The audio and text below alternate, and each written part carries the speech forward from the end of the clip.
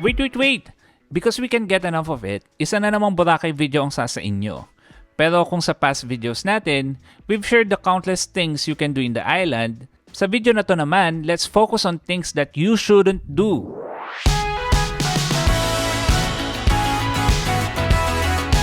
Hey there Port Traveler, we are Vince and Yosh.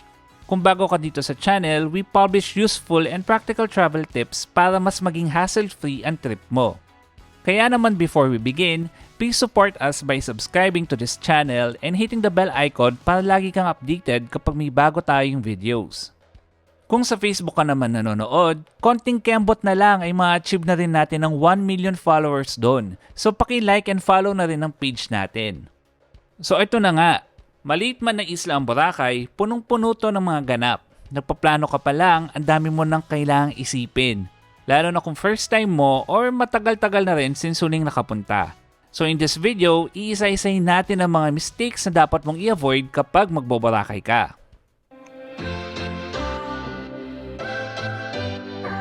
Hindi lahat ng months ay pantay-pantay. May mga buwan na mas fun kaysa sa iba. May 3 bagay na dapat kang isaalang-alang kapag pumipili ng timing pa Boracay. Weather o panahon, crowdedness or kung gaano kadaming tao, at lumot. Weather-wise, pinaka-okay ang November to May. Yan yung hindi maulan na mga buwan, lalo na ang Feb to May na period. Yun nga lang, yung Feb to May ay considered high season, lalo na kapag Holy Week, so prepare to share the island with thousands of tourists. March din nagsisimulang mag-appear ang mga lumot or algal bloom sa tubig sa White Beach na nagpipik ng April and May din. Noong nag-visit kami ng early March this year, wala pang masyadong lumot pero mabilis din siyang dumami. Noong bumalik kami ng early July, wala na halos bakas ng mga lumot. So kung gusto mong umiwas sa big crowds and mga lumot, pero gusto mo ng maayos na weather, November to January is the most ideal time to visit as long as you stay away from the days immediately surrounding Christmas and New Year's Day. Does that mean na wag nang pumunta ng June to October? Hindi naman. Gora pa rin. Unless may bagyo talaga. Kasi para sa akin, ang Boracay ay isang year-round destination. Kahit maliit ang Boracay, madaling makahanap ng pagkakaabalahan any time of the year. Kahit sa ang destination naman, magandang ma-manage natin ang expectation natin.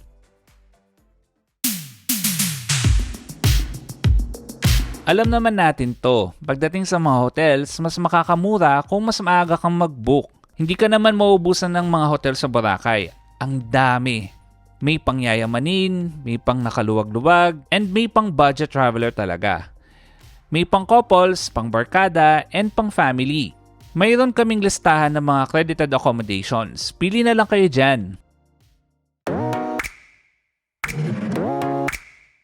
Isa ang Boracay sa mga destinations sa Pilipinas na masasabi kong for all ages and madali lang i-explore. Pero hindi to perfect. Marami pa tong kailangang i-improve para mas ma-accommodate ang mga travelers na elderly and PWDs. So if may kasama kang katulad nila, always be conscious sa mga needs nila. Una, yung papunta pa lang. Marami ng steps if i-DIY yon. Mula sa airport, tricycle to jetty port, pila. Tapos marami sa mga public boats ay manipis ang boardwalk na tinutungtungan pasampa and pababa. And minsan kahit physically fit ka, mahirap tong lakaran kapag malakas ang alon. E di lalo na sa mga may mobility issues. Kaya pa rin naman. May mga nakakasabay kami sa bangka na naka-wheelchair and tumutulong naman ang mga staff. Pero para sa akin, mas convenient kung mag-book na lang ng transfer package. Mas komportable, mas mabilis, and mas konti ang iisipin. Marami namang available on site and kahit online. Ilagay na rin namin ang link sa description and pinned comment. Ang e-trike or e-tricycle ang pangunahing mode of transportation dito sa Boracay. Makikita mo silang pumapasada or nag-aabang ng pasahero. And if hindi ka pamilyar sa tamang pamasahe, baka mapamahal ang bayad mo. Okay, let me explain. May 2 klase ng biyahe ang mga e-trikes. Ang una, shared ride. And kung minsan tinatawag na individual. Basically, ang mga e-trike, usually may ruta sila and they will pick up or drop off passengers along the way. Minsan may kasabay kang ibang pasahero sa trike, minsan wala. Kapag gantong system, pay individual fare. Ito yung approved e-trike fare. Kung mapapansin nyo, ang pinakamababang pamasahe for short distances ay 15 pesos lang. Kunyari, from D-Mall to other parts of Station 2 or kahit sa Station 1, 15 pesos lang yan. Kung aabot ka sa City Mall, 20 pesos ang pamasahe. Regular fare yan ha. Mas mababa kung estudyante, senior, or PWD. Pero may isa pang klase ng biyahe, yung tinatawag na special trip.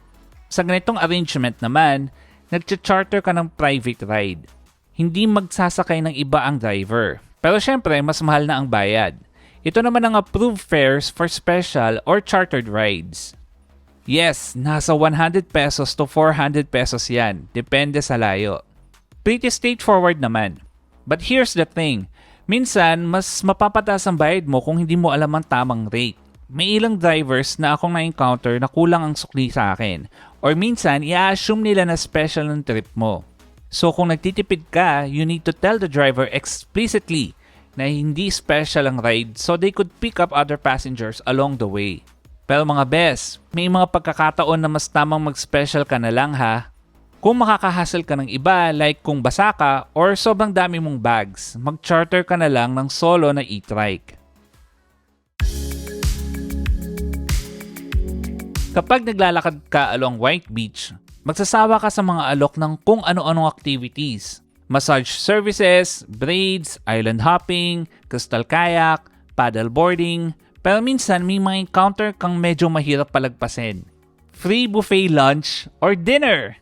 Mahirap talagang tanggihan ng pagkain lalo kapag free. And lalo na kapag buffet.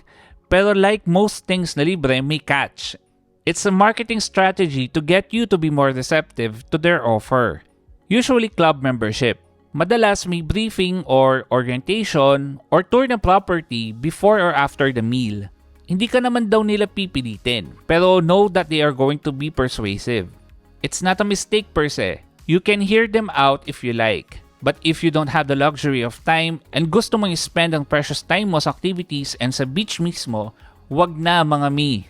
The whole orientation and usap with agents can last more than 1.5 hours. And you can always say no.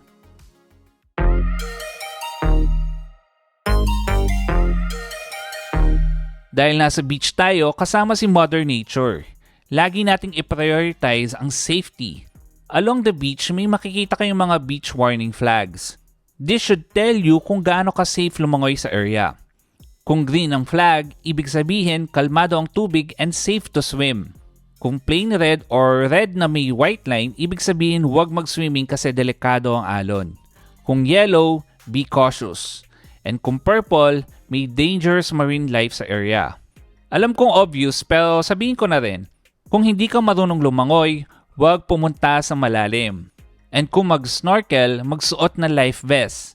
Kung magjo-join ng mga water sports, pakinggang mabuti ang instructions ng guide and follow the rules.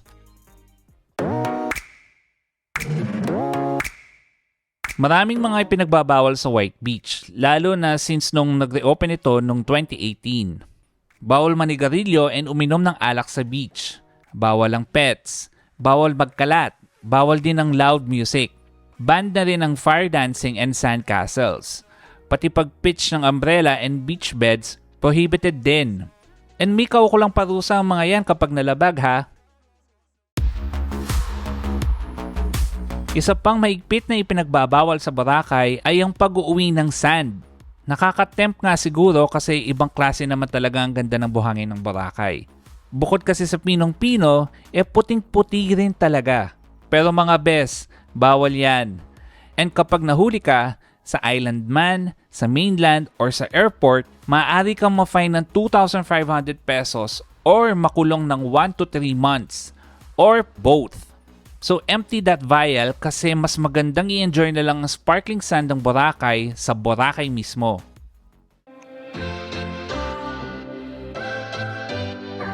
Bawal mag-drone kung personal use lang. Siguro may nakita ka ng drone nung huling visit mo nagtatanong ka ngayon, bakit sila pwede? Pwede kung for professional purposes. Pero kailangan pa rin ma-secure ng special permit. And dapat nakaspecify sa application mo ang eksaktong oras and area kung saan ka magpapalipad. May bayad din, Pre-pandemic, ang permit fee ay 1,300 pesos per day. Pero hindi ko na alam kung magkano ngayon. Kung alam nyo, pa-comment na lang po para sa mga interested. Limited lang ang number of drones na inaalaw per day. Kapag nahuli kang walang permit, pwede kang ma-fine ng mas malaki kaysa sa permit fee.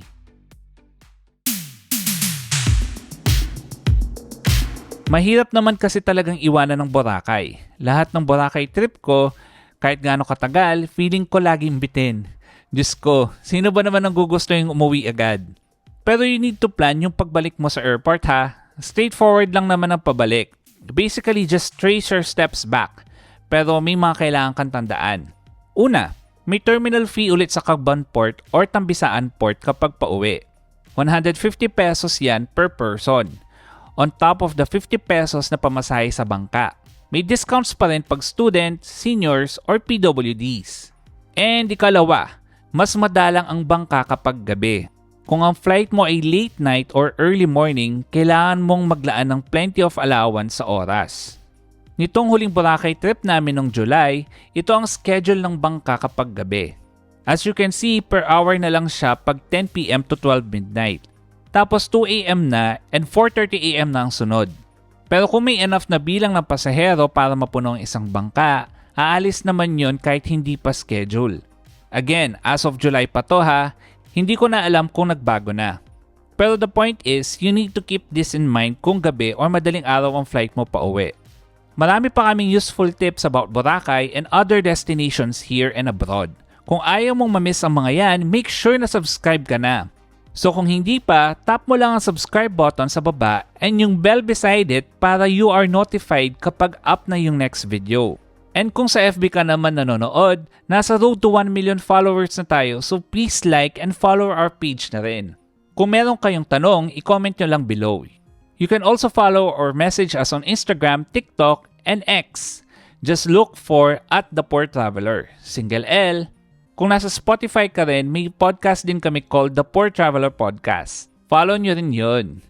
That's all for now. Remember, plan smart, travel safe, and make every trip worth it!